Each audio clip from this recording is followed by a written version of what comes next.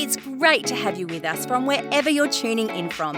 For more information about Elevate Church or to contact us, head to our website elevatechurch.me and take us wherever you go by downloading our Elevate Church AU app. We hope this message inspires and helps you to take your next steps in your journey. Let's just be honest for a moment here. Looking around, let's see some of our Elevate kids. For the rest of us, we've typically lived long enough to have reaped the benefits of some good decisions we've made in our past and maybe enjoyed the positive benefits of some of the good habits we've developed. And let's be honest, some of us maybe also have experienced the consequences of some bad decisions we've made and maybe some bad habits we've developed. That's just life. And so we kind of like live with this, I'm glad I did, or well, I wish I had, or glad I didn't, or I wish I hadn't. And this kind of thing of a bit of a sliding doors kind of moment, that's true for all of us. But one of the signs that you're maturing in life is when we start to appreciate the connectedness of the decisions that we make today and how they will it's not a maybe, how they will impact what we experience tomorrow. So as we start into a brand new year, we're launching this series called You'll Be Glad You Did, Timeless Advice for Troubled Times. Now here's the thing. I'm going to be teaching some things that I either wish I knew in my 20s, which is a little while ago, or some I maybe knew, but I didn't put them into practice. And that may be true for you as well. And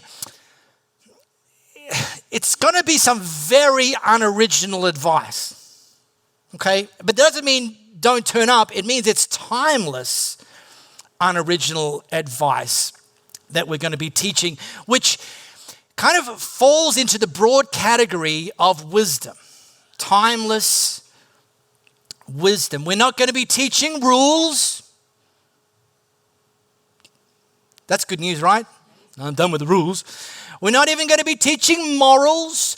We're not even going to be teaching what's legal or illegal. We'll let you and the police figure that out, okay?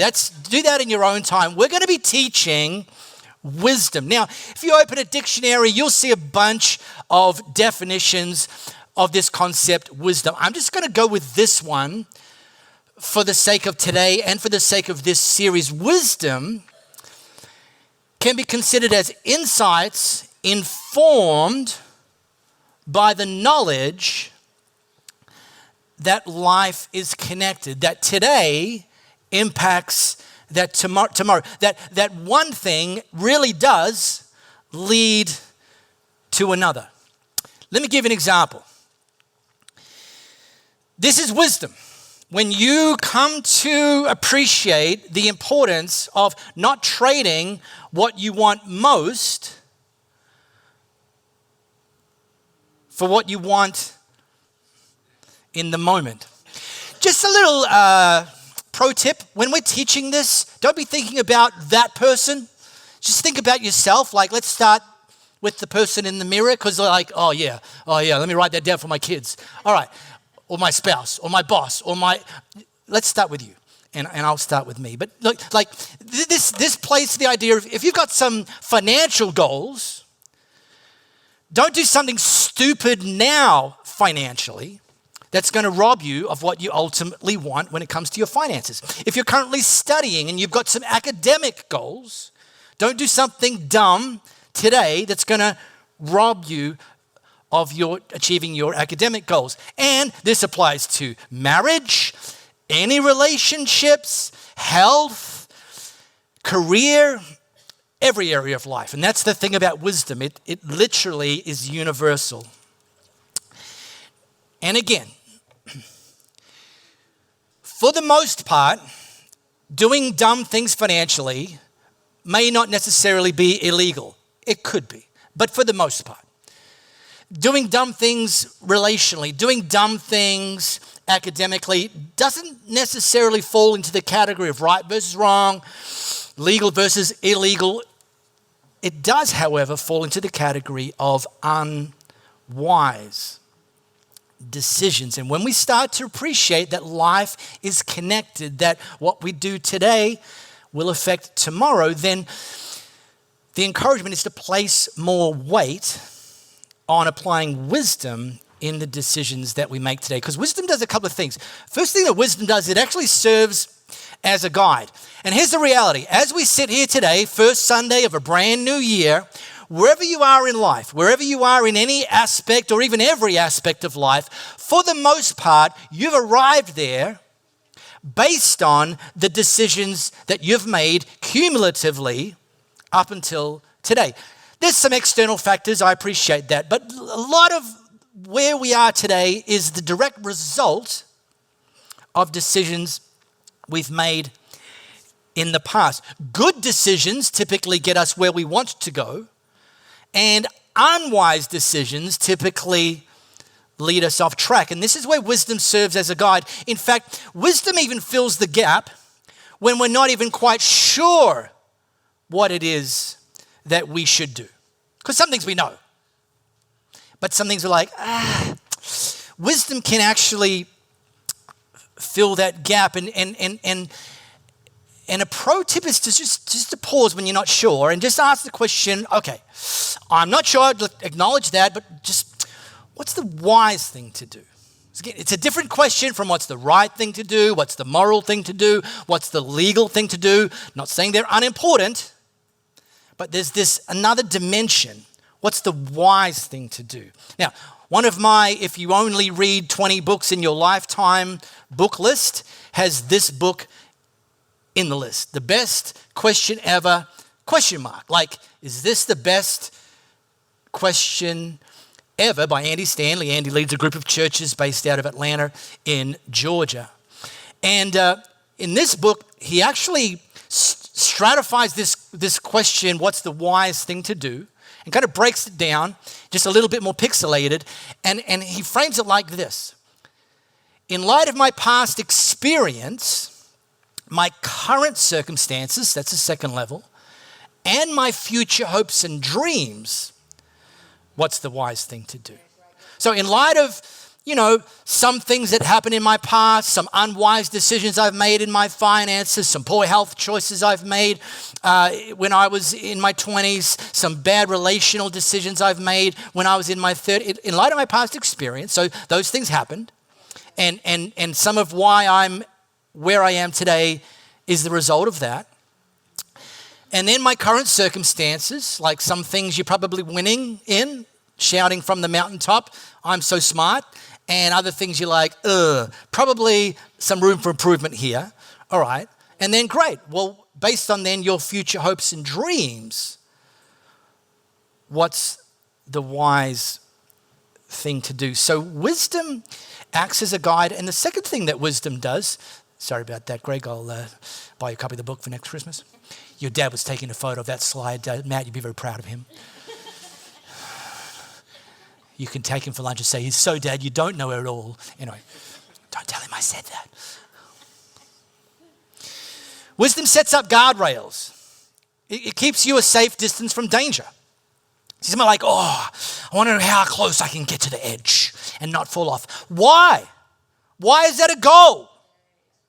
Wisdom sets up guardrails, and we all need financial, moral, relational, health, etc. guardrails. Because here's the reality. Greatest regrets are often preceded by a series. This is normally when my phone pings and Siri says, what can I help you with? A series of unwise, she just did it on my iPad. Shut up, Siri. Go away. I'm preaching. How do you turn this off?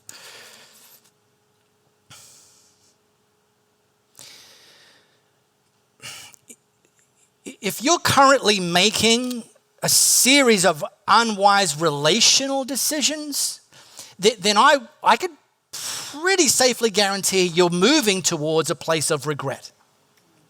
If you're currently making a series of unwise financial decisions, then I could pretty safely guarantee you're moving towards what will ultimately become a place of financial regret. And here's why understanding this is so important.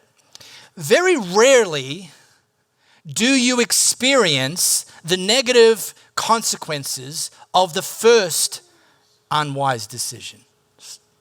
And so you're like, got away with it. Well, yeah, maybe, for now. Well, let's just edge a little bit close to the danger zone, shall we? Let's see if we can, And then the second one, maybe you're still getting away with little or no consequence, but here's the thing, over time, a series of unwise decisions will lead you to a place of great regret. Here's an example. If you're currently making some financial decisions that you're like, I'm not sure if this is wise or not, share them with someone in your sphere who's pretty good with finances. And if they say to you, I don't know about that, then let me just say that's a clue that it's probably not a very wise decision, and you're almost certainly moving towards a place of financial regret. Oh, I have a very bad joke written here. No, like bad. Like it's even in the...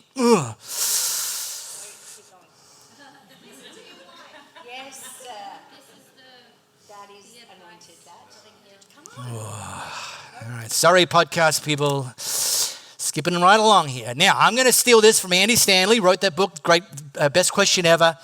He makes this observation, which I think is incredibly astute. Culture will bait you to the threshold of self-destruction and then condemn you once you step through the door. You know, culture says, buy this, doesn't matter if you've got the money. Do this, try this, don't do this. Stop this, start this, go here. And then you do it, and they're like, you're an idiot. How could you be so stupid? You're like, what do you... Wisdom can keep us back from the edge of the danger zone. And it's only if we step into the danger zone that we start to accumulate some regrets in our life. Now, I get it. Some of you are like, I thought this was meant to be a church message. This just sounds a lot like afternoon television right now. Good on you, Dr. Phil. Fair enough. I get it. All right. So, if you've got your smartphone camera, how about you scan this flow code? It's going to take you to the Bible. And it's going to take us to Matthew chapter 7. Now, there's 4 existing recorded biographies of Jesus: Matthew, Mark, Luke, and John. This is Matthew. He was one of Jesus' hand-picked 12 followers, so he was very much had a front row seat to Jesus' life and ministry. I'm going to drop us into what's now known as the Sermon on the Mount. A little bit of a sort of fun Bible-y fact, but it kind of helps contextualize the importance of what I'm about to share. This is recorded by Matthew, and it's recorded by Luke. So Matthew gives the one off, Luke gives the one off. It's pretty lengthy. It's kind of like the longest recorded message that Jesus taught. Big brain Bible scholars, because here's the thing. If we stitch together the time, like the cumulative time of all the things that Jesus did that are recorded, like he spent 3.5 years doing public stuff. If we stitch together the things that we've got him like written up as doing, it would run about 2.5 weeks. So you're like, what were you doing the rest of the time? Well, if you've watched The Chosen, how many watched The Chosen? Okay, I'll tell you the answer, part of the answer, what they're doing the rest of the time, a lot of walking. There's a lot of walking involved, okay? Just say a lot of walking, all right? A lot of walking. They're all very lean, a lot of walking. Anyway, so when they weren't walking, the scholars actually believe that this, what we call the Sermon on the Mount, was actually kind of Jesus' go-to sermon. So while we only have this one kind of snapshot in time, this is suggested that this is wherever he would go, he would preach this. And the reason I make that point is because he would preach this because this is kind of like, I've come from heaven and I'm dispensing some wisdom, and actually this is the one I want y'all to get. I mean, I'll do a one-off thing over here, I'll do a greatest hit over there, I'll do a special appearance over there, but this stuff, I'm going to just keep on hitting it and hitting it and hitting it because it's kind of the most important of all the things that I'm teaching, or certainly up there in the top of the list. So it's pretty lengthy. Matthew records him. He's just about to do the mic drop. Before he drops the mic, and by the way, I also know it's the first Sunday of a new year. Some of you had a couple of pretty big weeks. So I'm going to read this, and when I get to the underlined word, I want you to read it with me out loud. Just one word, you can do it. Make sure that you're awake. All right. Therefore, so Jesus just dropped all of this great eternal wisdom, all his greatest hits, most of them packaged into one message. Therefore, everyone who hears these words of mine, and puts them into practice is like a wise man who built his house on a rock. What we see right in this greatest hits moment is that the way of wisdom is actually baked into Jesus' teaching. It's not a parallel subject. It's baked into, threaded throughout Jesus. Just these words of mine is like a wise man who built his house on a rock.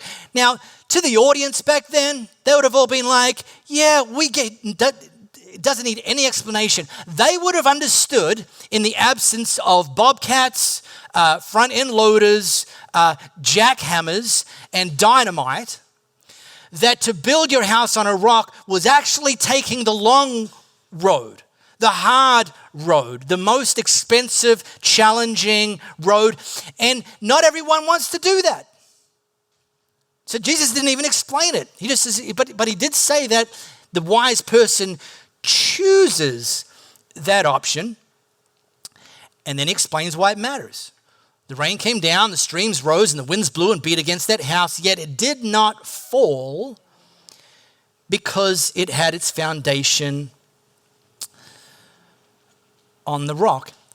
And he's about to draw a contrast, but he wouldn't have even needed to, because people realize the only other available option is the easy option.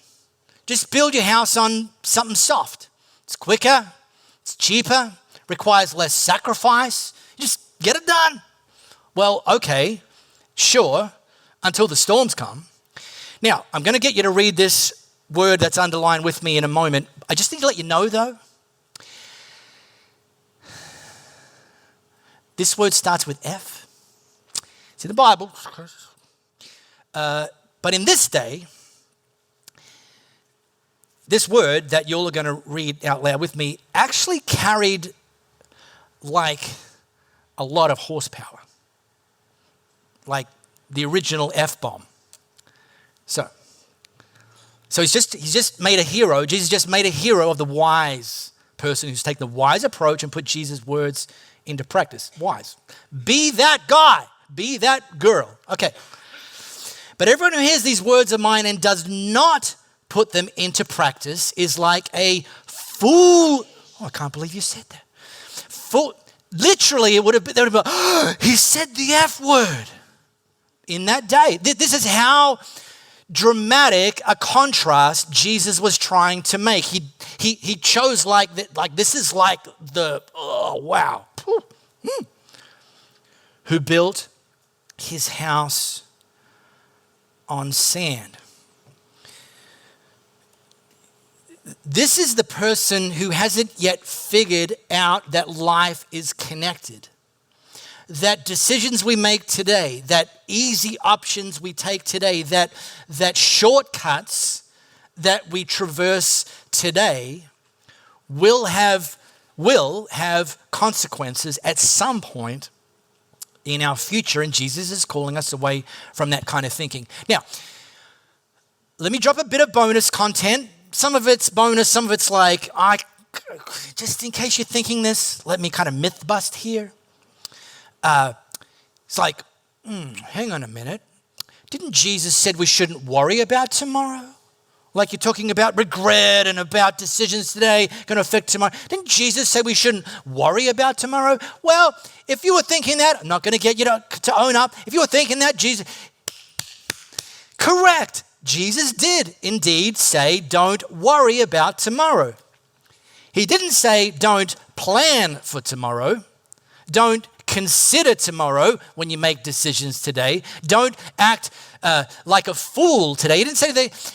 In fact, the more attention we give to wisdom today when it comes to our decision making, guess what? The less likely we have to even be worried about tomorrow. It sets up guardrails. Now, there's a very critical perspective when we read anything that Jesus taught. It's like, what's he selling? Like, what's the motivation? And I said this a couple of weeks ago. If you know, for some people, maybe you're growing up thinking Jesus is like a cosmic policeman, and he's just about to. His motivation is to catch you doing the wrong thing. He's like a travel agent for guilt trips. When you do the wrong thing, he's like, yeah, like a mother-in-law, yeah.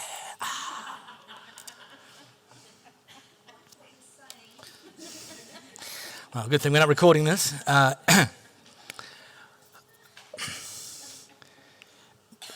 But everything changes when we grasp this, that Jesus taught for our benefit, not our detriment. Jesus, he's known as a rescuer. He wants to help people get free.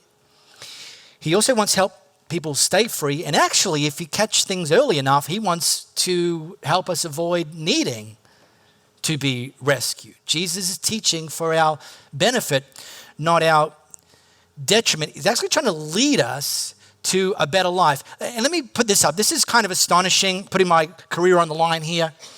Following Jesus will ultimately make your life better and make you better at life. Now it's like, are you sure? Okay. There's a reason I put in ultimately and underline it.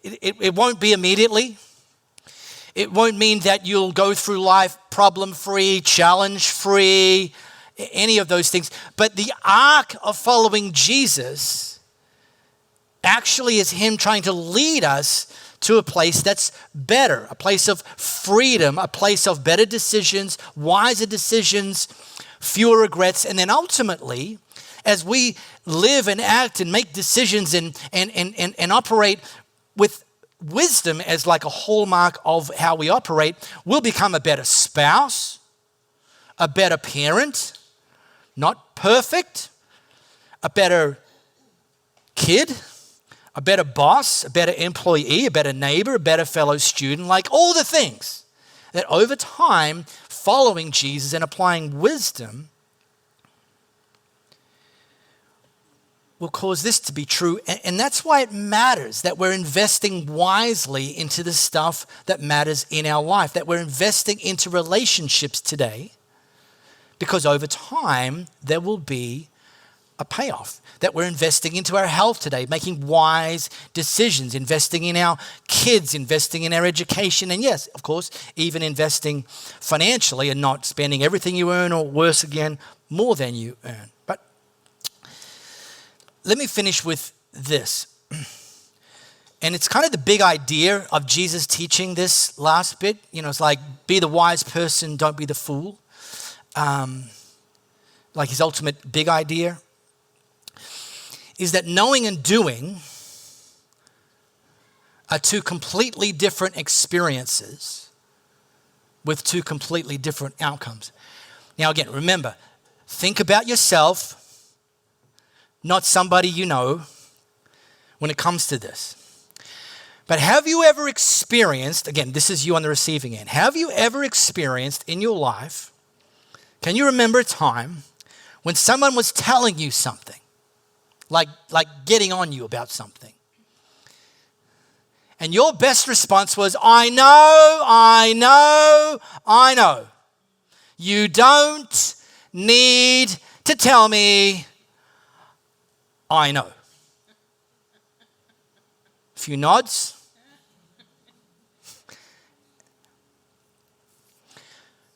But here's the thing. that person's not telling you that because they're assuming you don't know. They're telling you that because it's plainly obvious that whilst you may know, you're not doing. And here's the reality. Let me just peel this whole thing back. Do you know that knowing and not doing is exactly the same and will get you the exact same outcomes as not knowing? Hello.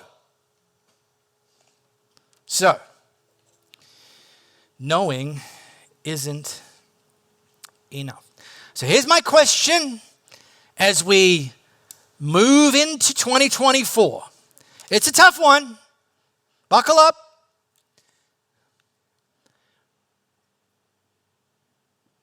What do you know you need? Ooh, there's a missing word there. I'll have to talk to our graphic designer. You idiot! Sorry about that. What do you know you need to do, but you just aren't doing it? This is a question. It's not condemnation. I know. You don't need to tell me. I know. Great. You know. Now, here's the better question. Are you doing the thing that's going to lead you to a better place? All right. Just one more thing, because I can't look at that slide any longer. That was brutal. Tara, brutal. I wish I could blame someone else for that, but like Tom Cruise, I design all my own slides. By the way, the joke that I missed was, I'm not telling it, but just to say, it had a Tom Cruise and a Kenny Loggins kind of, okay, I'll line up at the back, $5 a pop, I'll tell you the joke. It'd be a waste of $5, trust me. Listen, just as we jump in, Jesus is talking and he just preached this big, long, weighty, hefty, phenomenal Sermon on the Mount, and he says that we're going to experience the benefits, and the wisdom is putting these words into practice. One of the things is, as much as I say that knowing and not doing is the same as not knowing, but knowing matters. Knowing actually gives us the opportunity to do. And so this is the Bible app. We love the Bible. We love the Bible app. If that's more your style, you can take it anywhere you want. You typically probably already do if you have a smartphone. We highlight this feature that they dropped in 2023 where you can set Elevate Church as My Church in the Bible app. So you have to have the Bible app installed, but you can set Elevate Church as My Church. And every Monday, we drop a reading plan, a Bible reading plan that echoes the content that we've taught on a Sunday. But here's the thing. One of the most depressing things that preachers ever learn as preachers is that most people, at best, remember about 3 minutes of your 30-minute message. I know, how encouraging. Who wants to be a preacher? Waste 27 minutes of your life every Sunday. And that's fine, I get that. And this is like a way to double click on. This is a way to drill deeper and allow God's word to penetrate deeper so that we know more and know clearer, and we can put that into practice like the wise person. We really hope you got a lot out of this message. If you live in the Perth area, we'd love for you to join one of our live experiences. For times and directions, as well as information, head to our website, elevatechurch.me. For those of you beyond the Perth area, we'd love for you to connect with our online experience, which premieres every Sunday via YouTube and Facebook Live, and on demand immediately after. And to partner with us to reach more people by giving financially, head to our website, elevatechurch.me, and also download our Elevate Church AU app.